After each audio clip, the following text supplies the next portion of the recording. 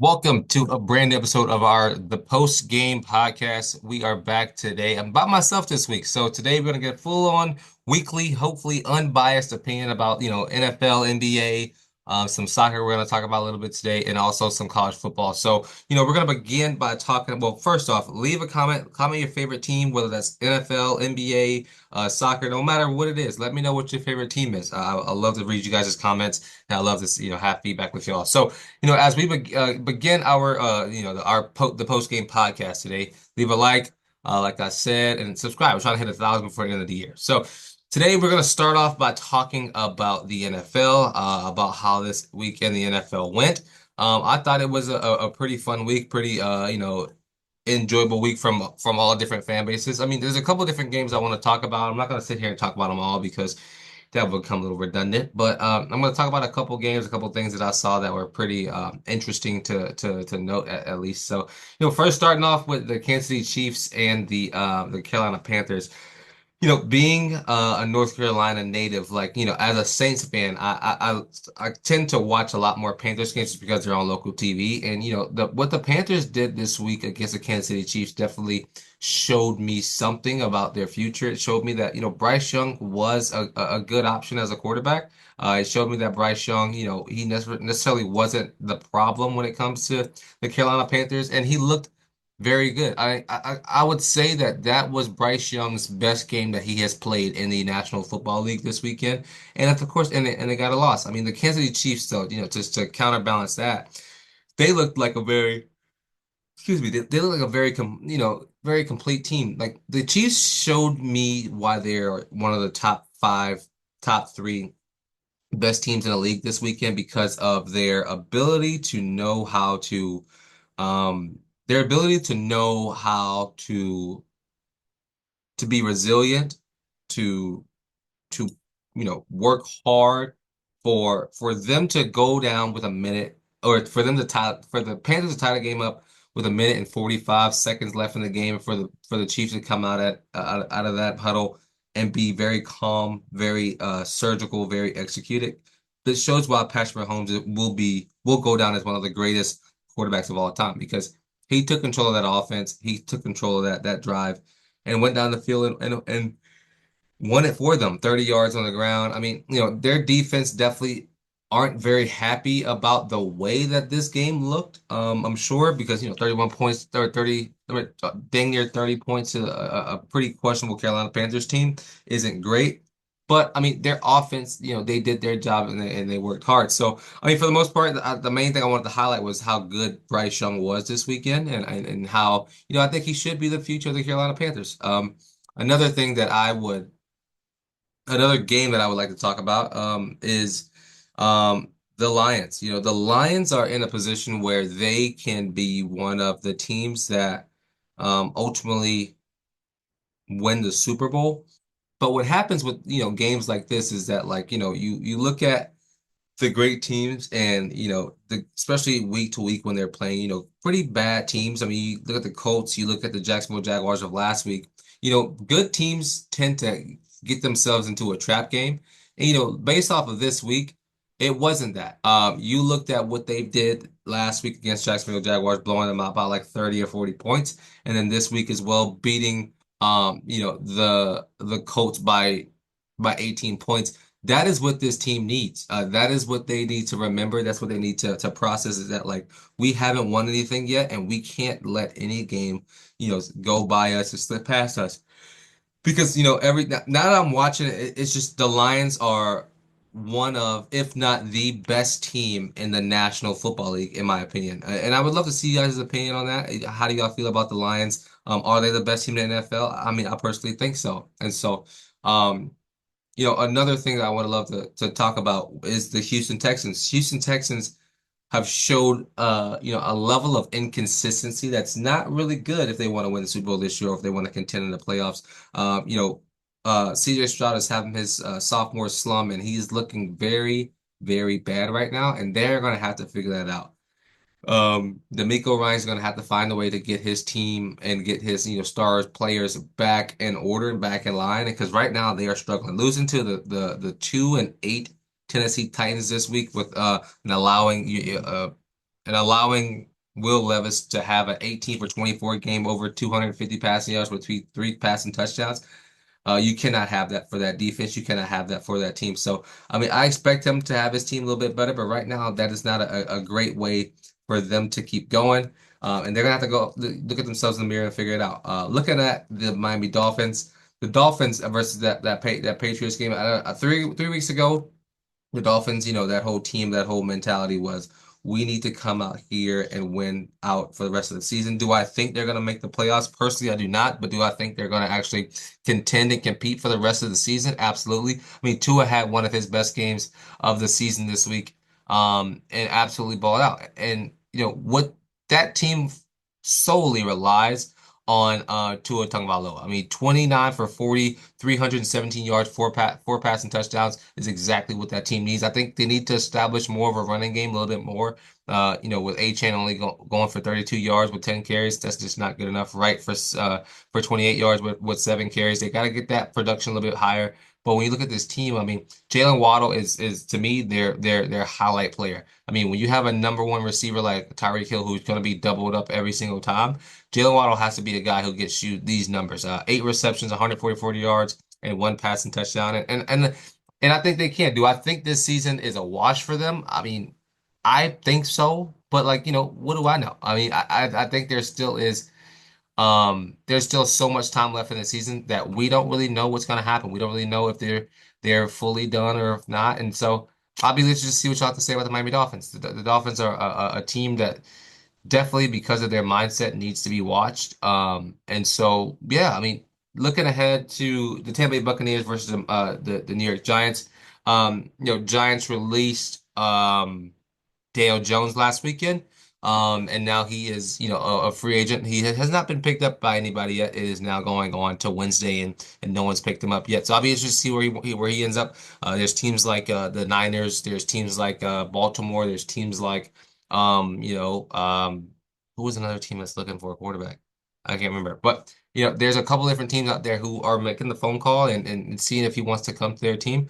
But I'll be, wherever he goes, I think he should go probably to San Francisco. They're missing their quarterback right now, and I think it might have been the system that's been the problem in New York. So he could probably thrive in a system like San Francisco, but have to wait and see what happens there. The Buccaneers are trying to contend in the NFC South right now. Whatever. We're with the Falcons. Falcons have struggled recently.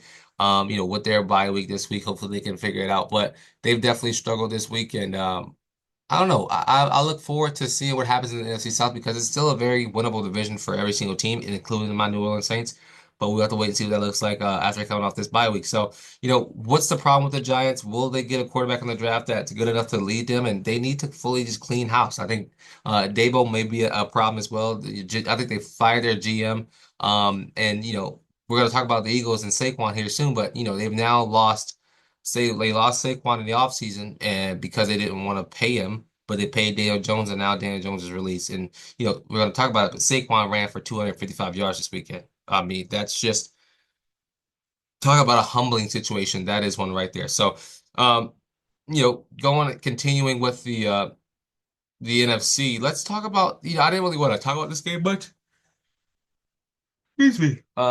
But not the Dolphins, the Cowboys and the Commanders. I mean, let's just talk about the last 3 minutes of that game. I mean, you have the Dolphins go down and score a touchdown to go up. You have the Commanders scoring a 85-yard touchdown with Terry McLaurin. And then their kicker misses the field goal, who is now actually on IR. He misses the field goal after a bad snap. And then now you have to do an onside kick. The onside kick is returned by Dallas Cowboys. They win the game. I mean, crazy how the NFC East is still raveling and unraveling. But this is one of those things where it's like they're very young. I think they're a team, new rookie head coach, not rookie head coach, but a new head coach in a new system.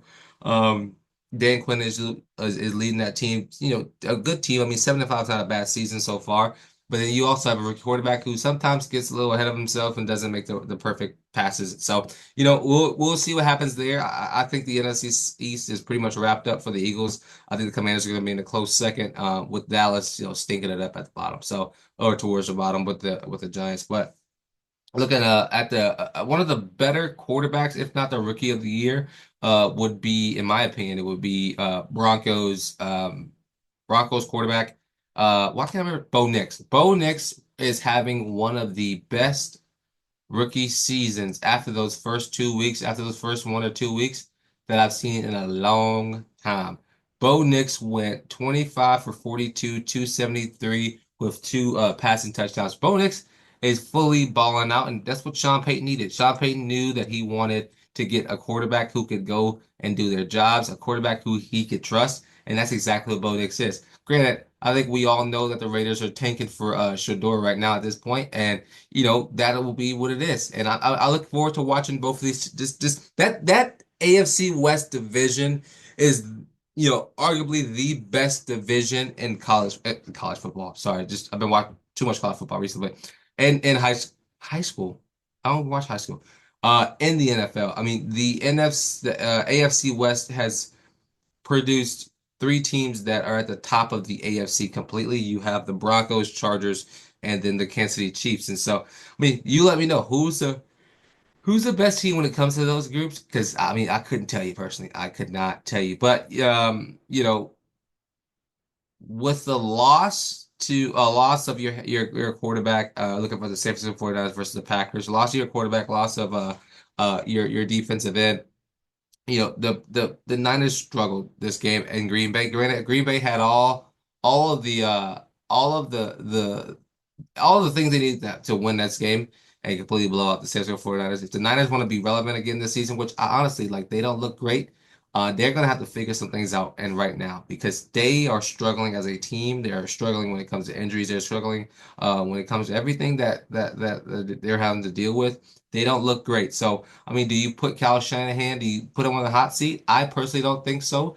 Do you, go look for a new quarterback? I don't know as well. But this team as a whole are completely struggling, and so I'll be interested to see what happens there. I'll be interested to see if they blow things up after this season or not.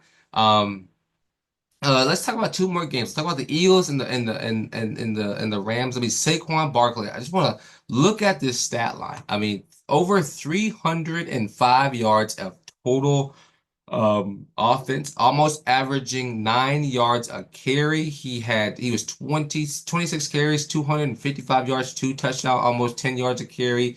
I mean, that right there is what you call pure and utter greatness from a running back. Pure and utter.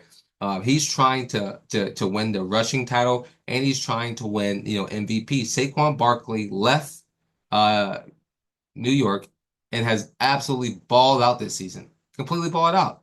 And so I think when you look at a team, when you look at a player that is top in the league, he's not one that you should ever shy away on. And I'm not saying Sirianni's great, but something that he said after their game in their locker room was pretty impactful to me. He said to his locker room was like, and I'm paraphrasing, it was like, listen, Saquon did his thing tonight, but we have not done anything. So you cannot play with the mentality that you've won anything because you haven't.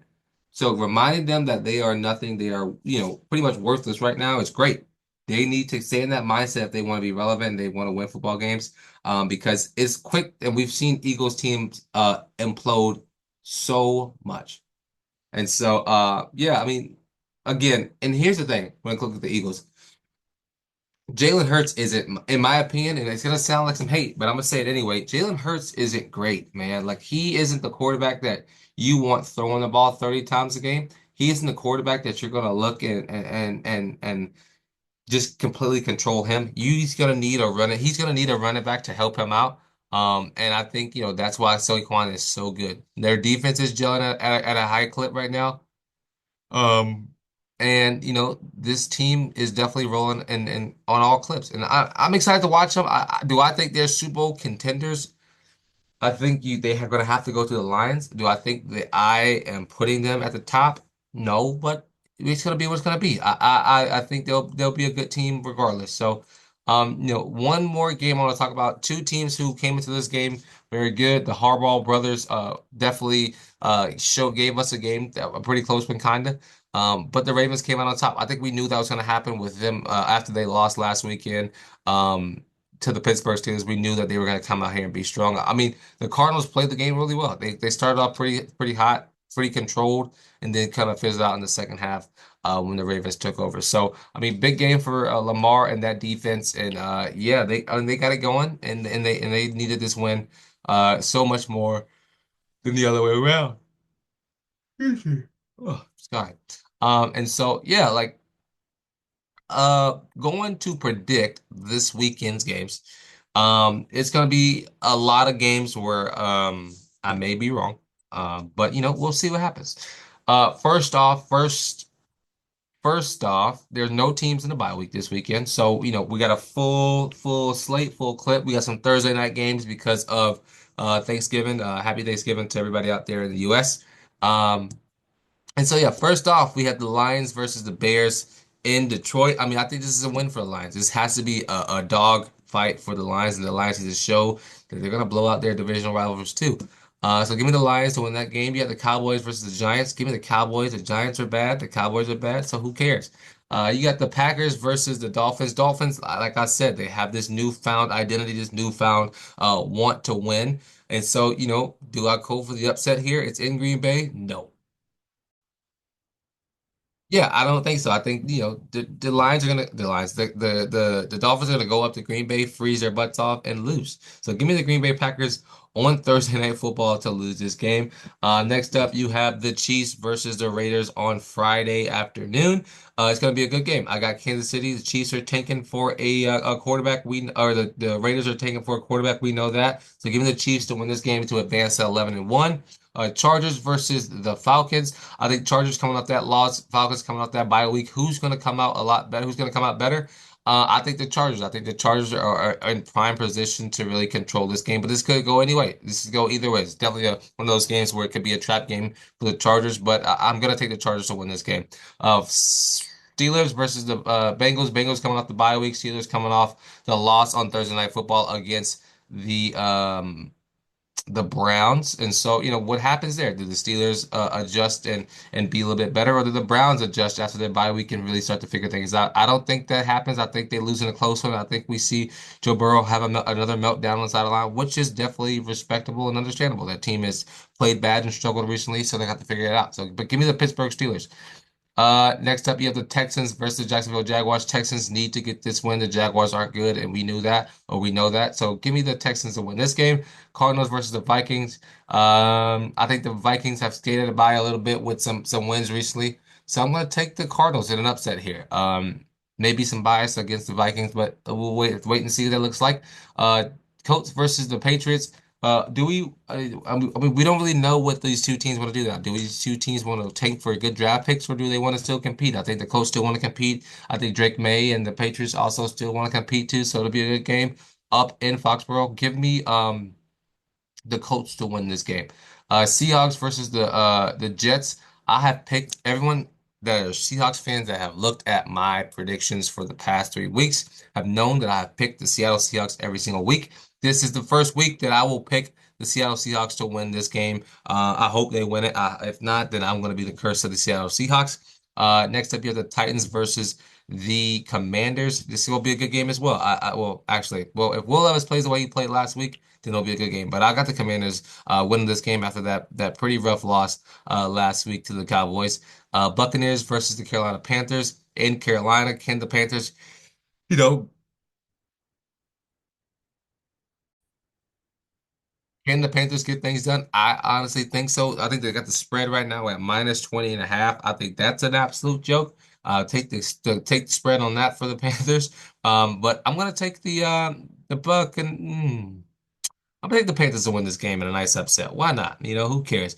Next up, you have the Rams versus the New Orleans Saints. As a Saints fan, I think we are rolling.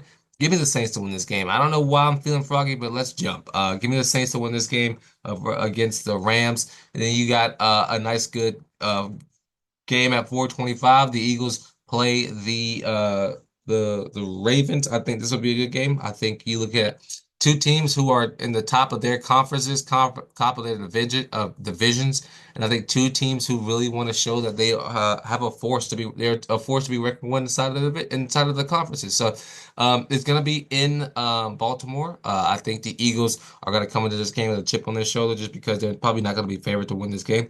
I think the Ravens are really going to want to win this one. Do I think they'll win this game? No. I think I'm going to take the upset. I'm taking Philadelphia Eagles to beat the Baltimore Ravens, and Baltimore could go both ways, but that's my pick. My pick. Next up, you have the 49ers versus the Buffalo Bills. I think this is an easy win. I think the Buffalo Bills is arguably the second best team in the National Football League, and I'll down that mountain. I think what they have done with Josh Allen this season, providing him with a system, providing him with the talent that he needs to be a good quarterback, I think I'm going to take the Buffalo Bills. And obviously, the 49ers are struggling this week. If I don't know if Brock Purdy's going to be back or not, but I want to definitely take the Buffalo Bills to win this game. And then finally, the Broncos versus the Browns. Give me the Broncos in the Mile High City. I think James is good, but he's not good enough to actually win this one here. Looking at the playoff, nope, wrong playoffs. Looking at the playoff picture for the NFL, I can't find it. I got it here somewhere. There it is. Looking at the playoff picture for the NFL, let's talk about this very briefly. I mean, I think when you look at the AFC side of the things, you have the Chiefs at one, you have the Bills at two, Steelers at three, Texans at four, Ravens at five, Chargers at six, and the Broncos at seven. I think when I look at that list, I see a very what's the word? This is the teams that are going to be in the AFC, in my opinion. I think the AFC is pretty much done and dusted. I think, the seeding could change and move around a little bit, but I think for the most part, this is done. I think this is what we're going to get in the AFC, and I think we'll see the Chiefs and the Bills go at it for the AFC Championship game. I think that's just what it is, and that's what it's going to be. I also think that when you look at the Broncos, they're a dark horse team to win it all, or not win it all, but to make some noise in the playoffs. I think the Ravens are going to have to really show up and show out in order for them to show that they're not just a regular season team. And I think the Texans, being where they are right now, haven't playing the best recently. I think that's a good team for them to go against in the first round. So, yeah, that's what I feel about the AFC. I think the AFC is always a lot more competitive than the NFC. That's just what it's been always. And then you have the NFC on the other side. You have the Lions, who I think are my favorites to win the Super Bowl right now, and then you have everybody else. The Eagles, I think they're very top heavy. They have the Lions, the Eagles, and that's it. No other team in the NFC are that great. I know the Vikings are 9-2, but I don't think they play like a 9-2 football team, in my opinion. And I think they could either even get first round exited. But we'll have to wait and see how that looks like. I think, that could be a trap game for the Eagles, playing against the Commanders, their division rivals. I think Seattle definitely could knock off the Packers, but again, we're still so early. It's only been 12 weeks. We get to see a lot more football left to play. Let me know what y'all think about the NFL and the playoff pictures. But moving on to college football, this is what I'm also very much so excited about. So this past weekend, we've seen three upsets to top 25 teams.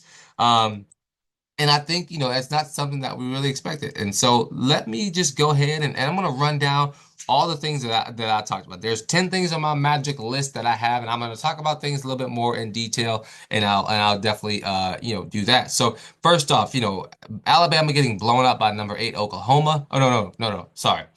Alabama getting blown out by an unranked Oklahoma team, to me, does not make sense. We're going to talk about the rankings. I'm going to put another rankings video out on the channel as well, so go look at that if you want to just watch that, period. But yeah, Alabama getting blown out. We have Auburn upsetting Texas A&M.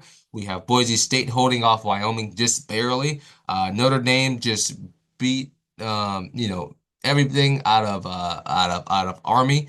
You have South Carolina blowing out can't remember who we played. Oh, Watford. Obviously, that should happen.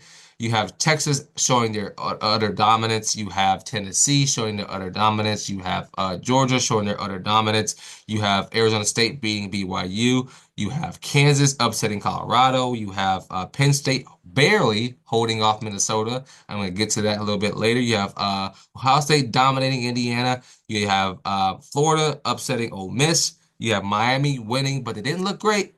And then you have SMU, who are probably going to be ACC champions. So looking at that, looking at everything that has came out over the past couple of days, this is what we got for the college football rankings. To me, I have so many issues with with this college football playoff ranking, and I'm going to go into detail real quick about what those issues are.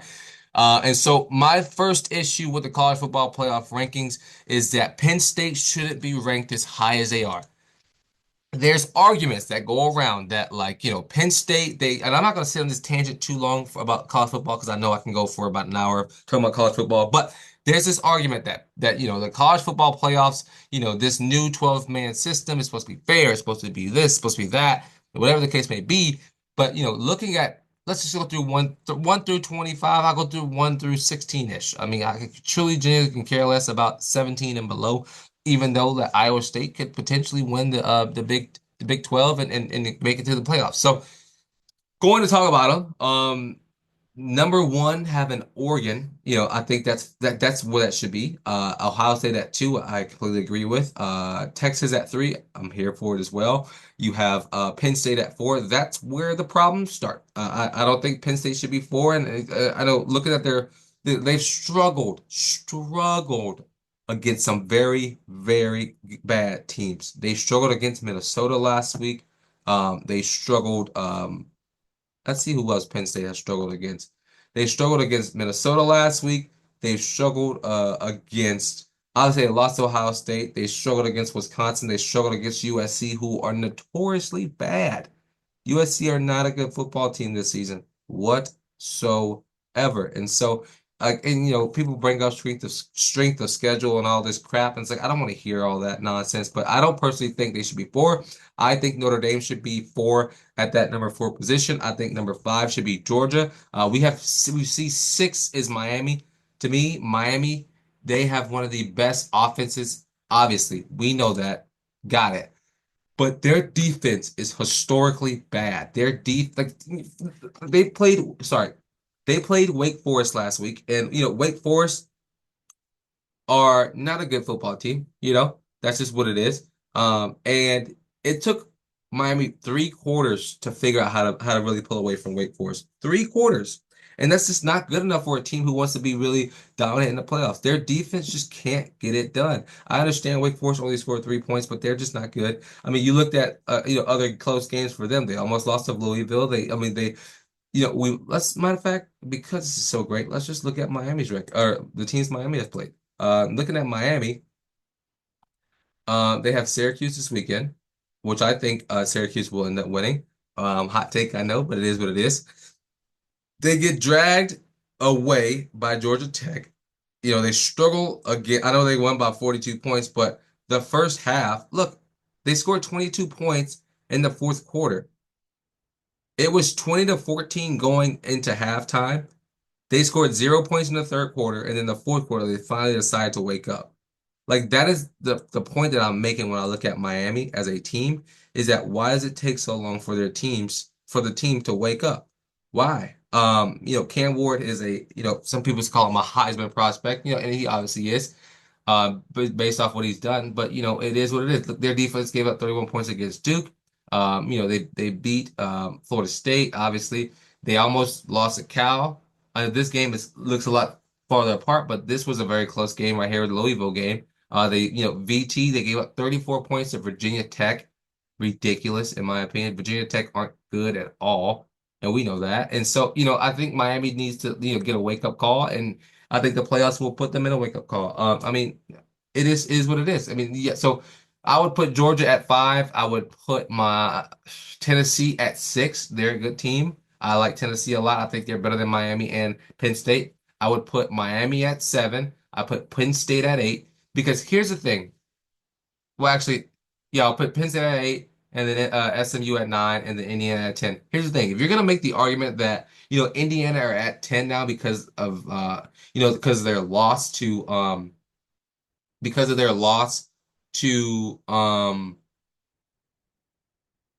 Ohio State, then why is Penn State sitting there at four? That's the same loss. And if you look at Indiana, their game against Nebraska was a drag.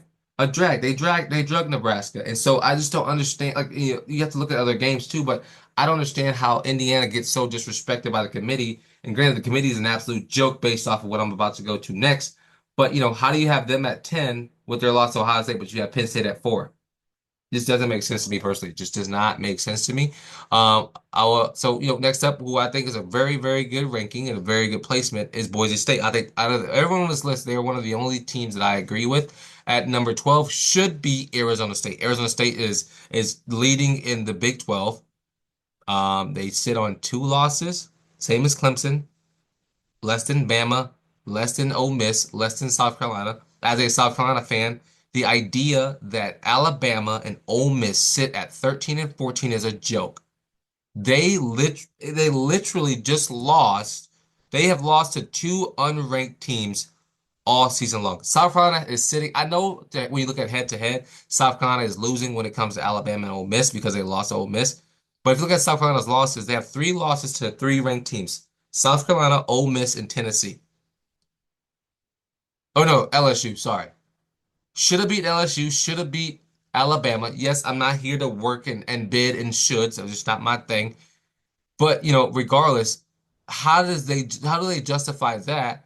But then Bama gets smoked by Oklahoma last weekend, didn't score a single touchdown, and only dropped them 6 or 7 spots. It just to me just doesn't make logical sense how the committee can justify that. And there's just SEC bias, and we know that. We all know there's SEC bias, and it is what it is. And so continuing just because of just the debacle that this committee has done. I think at 12 should be Arizona State. I think 13 should be South Carolina. 14 should be Clemson. 15 and 16 should be Alabama and Ole Miss. They both lost to unranked opponents this weekend. They should not be in playoff contention. But obviously, we can't really have that debate. And then Tulane at 17. The rest should stay the same. I mean, BYU aren't great. Mizzou keeps staying in the top 25, which is a joke to me completely. Kansas State as well. I mean, Colorado, they lost their fate last weekend after losing, but it was what it was. They've had to deal with it. I mean, there's still a chance for them to get in, but that chance has went from 33 to 40% to now like 2%. So it is what it is for Colorado. They understand what they have to do now to get in, and they need a lot to rely on other people. So looking at the bracket, first teams out right now are Clemson and Alabama. Like, oh, what a mess. What a mess. What a mess. What an absolute mess. Yeah, actually let's do that now. But first round would be Arizona State versus Ohio State. I think Ohio State will drag Arizona State. Tennessee versus Georgia. I think Georgia would win that game. It would be very close, but I think Georgia would win this game. Indiana versus Penn State. I think Indiana would drag Penn State. SMU versus Notre Dame. I think Notre Dame would win this game by a lot. And then you will go to the second round. Texas versus Notre Dame. I would take Notre Dame in this win. And then you have, Indiana versus Miami. I would take Indiana in this game. I think Miami's defense is that bad. And then they would travel to Florida in December. It would be a nice time. It wouldn't be a bad game. The weather would be nice. It would be what it is. Then you have Georgia versus Oregon. I think this would be one of the games of the year. I think Oregon would end up winning this game. And then you would have Ohio State versus Boise State. I think Ohio State would wipe the floor with Boise State. Then you would have a Big Ten rematch. You would have Ohio State versus Oregon, and then you would have Indiana versus Notre Dame. I think I'm taking Ohio State to win that game against Oregon that third time around, and then I think I'm taking Notre Dame to beat Indiana. I mean, that would be a good game. Then we'd have Notre Dame versus Ohio State in the college football playoffs, which I think would be a fair and it'll be a good playoffs. But there's still so much so many games still on the line to go through there. And speaking of so many games, let's talk about this weekend's matchups. We got Tulane because it is rivalry week. We have so many fun games to talk about, so many games to look into. But I'm just gonna give my quick predictions off of every single game. This weekend, you have first. Tulane versus Memphis. I think Tulane will win that game. You have Boise State versus Oregon State can be Boise State. Colorado will beat Oklahoma State. Ole Miss will beat Mississippi State. Georgia will win against Georgia Tech. Tennessee will beat Vanderbilt. I said that if Michigan is around going into the second and third quarter, then I think this game will be very close. I think the spread's at 21.5 right now. That is crazy. But I would take if Ohio State comes out there and put their foots on their necks like they did in Indiana, I think this would be a blowout win for Ohio State. South Carolina will beat Clemson this week in Clemson. Illinois will beat Northwestern. Arizona State will beat Arizona. Mizzou will beat Arkansas. Well, actually, who cares? One of those teams will win. Syracuse will beat Miami. That is my biggest bold take this weekend. Cal will lose to SMU. Auburn and Alabama will be one of the games of the week. I think Alabama will take this one, but Auburn definitely have a chance. It is in Tuscaloosa, so it'll be a hard game nonetheless. Penn State versus Maryland. Penn State will win, but Penn State are bad, so who cares? I think Notre Dame is about to blow out USC, and not a lot of people are making that prediction. Um, Indiana going to beat Purdue. Purdue's a bad football team. Texas are going to beat Texas A&M. Iowa State's going to beat Kansas State. Oregon's going to beat Washington, but people think it's going to be close. I don't think it'll be close, but we'll see what happens there. And then if it is close, it is what it is. I think Oregon will probably ultimately end up winning this game. Um, Why not? I'm sitting there thinking about it. Should I call it an upset? I'll put Oregon on upset watch. BYU will beat Houston, even though they've lost two straight. It is what it is. And then UNLV will beat Nevada. So, it's going to be a fun weekend for college football. We'll have to wait and see what that looks like. And there's a lot on the line right now for a lot of these teams. And then, finishing off the podcast, I want to talk about some soccer real quick. We've had some crazy things happen this past weekend in the Premier League. And, mainly I want to talk about the Prem. I'm a big Premier League fan, so that's the main thing that I'm really going to talk about. I had a Premier League recap video already out on the channel, so go give that a listen on YouTube if you're watching on Spotify or Apple Podcasts. But yeah, Premier League podcast or talking about the Premier League a little bit as a Chelsea fan, got the win this weekend. Very, very handily in the first 30 minutes. They look like the best that they have looked all season long. If we can keep that up, I'm more than happy about it. But there are also things that alarm me, like our defensive holes and gaps that tend to happen a lot for us. We saw. I'm just going to change subject. Looking at teams like Manchester United or Manchester City lose again this weekend. They lost took a draw today in Champions League 3-3 after they were up 3-0. So Manchester City are struggling on all cylinders right now, and hopefully they can get their players back fit and back into form after a 5-game losing streak plus the return draw today. And then you look at Manchester United, new manager. They're trying to figure it out. They're trying to get everything going over there. And I think I think it'll be a good project over there. I think the manager over there is pretty smart. He's young. He'll get them going again. Liverpool stay at the top of the league. Playing Manchester City this weekend, if they win, it'll be at 11 point gap, and that is pretty much so reassuring for them because that can pretty much shore up the title for them this weekend. But let me know what y'all think about the Premier League, and let me know how y'all think about the podcast, and let me know if there's any improvements I can make as well. So appreciate you everybody for listening. This has been the post game. Peace.